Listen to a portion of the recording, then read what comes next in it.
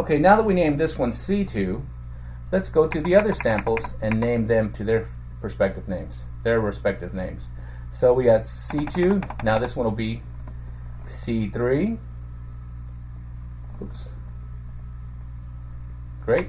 Now let's go up to this one. This one will be C4 as it is.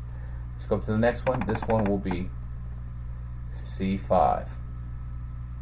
Okay, great. Now normally I'd go in and name them all, but you can go back and do that later. Now let's go ahead and create the multi-sample. So first thing I might want to do is I can press F1 patch list, and I can go in and look for a no assign for any kind of initialized patches. If you guys have a lot of users already saved in there and you don't have any initialized patches, you can always go in, just pick a patch that's already there, press the patch edit button, and then you can press F4 utility and you can do patch initialize. So I can press patch initialize, F7 for OK, and press the exit button right here. All this is doing is just clearing this out for you. It didn't erase the sound, just made a clear workspace for you. So don't worry, you did not erase your preset sound. So now let's go back into the patch edit right here, and now let's create a multi-sample. So once again, press F4 utility menu. Let's press multi-sample edit, select, and let's press list, and I'm going to do number 10. And remember, I have 128 multi-samples that I can create, and then I can spread those throughout the keyboard if I want, through different patches. Okay, so do number 10. Okay, every time I press a key on the keyboard now, it lights up in the multi-sample as if I want to edit it. If I hold down one key and then press another's, it'll highlight both those keys and all the keys between them. Okay, so the first one I want to edit is C2. So I'll press down here, and you see it tells you the range number of that particular note. So C2 to B2, and that's right there. So I'll press F3 assign, and remember I started off over here, C2, there it is, select. Now let's do C3 to B3, assign, and there was that next one. Remember I told you to name it C3, so select. And now let's do the next one, which is C4 to B4, assign, and there it is right there.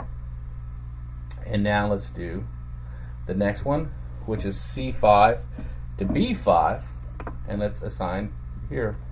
So now look what we have. When I play the keys, so check this out.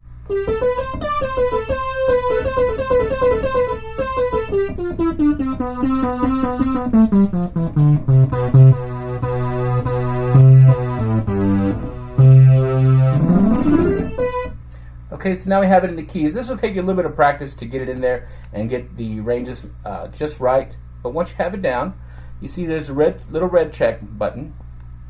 So all we got to do now is press the right button right here. And we're not saving the patch yet. We're saving the multi-sample, so we can use it again later.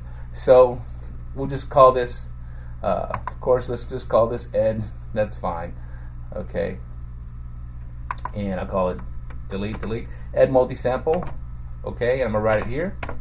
So now that multi-sample is actually written, but it's not necessarily written into the patch yet, because if you look here, it's saying, hey, that patch has been edited, but it's not saved. So let's press the exit button one time.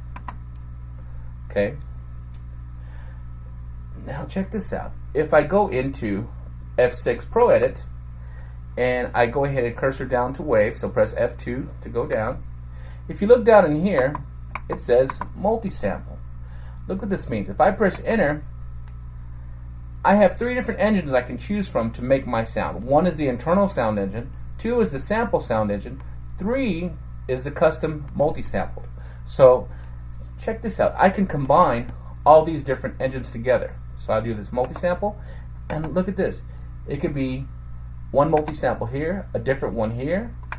I could have a different engine going on here, and that's left and right. I could have the internal engine going on. So you can really have the ability to make some great sounds really complex sounds that you don't even realize. So play with this a little bit, and yeah, I think you'll have fun with it. So we're just going to make this one simple today. So keep it a multi-sample, and now let's press right, and now we're saving the patch. Okay, so now that I saved the patch, we'll just call it soft synth or something like that, just so we know that's what we did.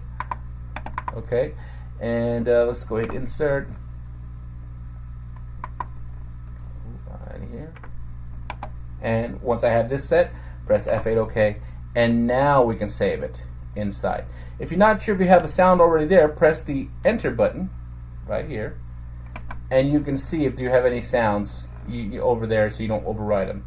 If you see a sound that's there and you're not sure how it sounds, press the Compare button, and it'll let you hear the sound that's already there. But since there's nothing there, it doesn't work. So let's press F8 to write, OK, and if we exit, now we have that soft synth. And I just named it soft synth.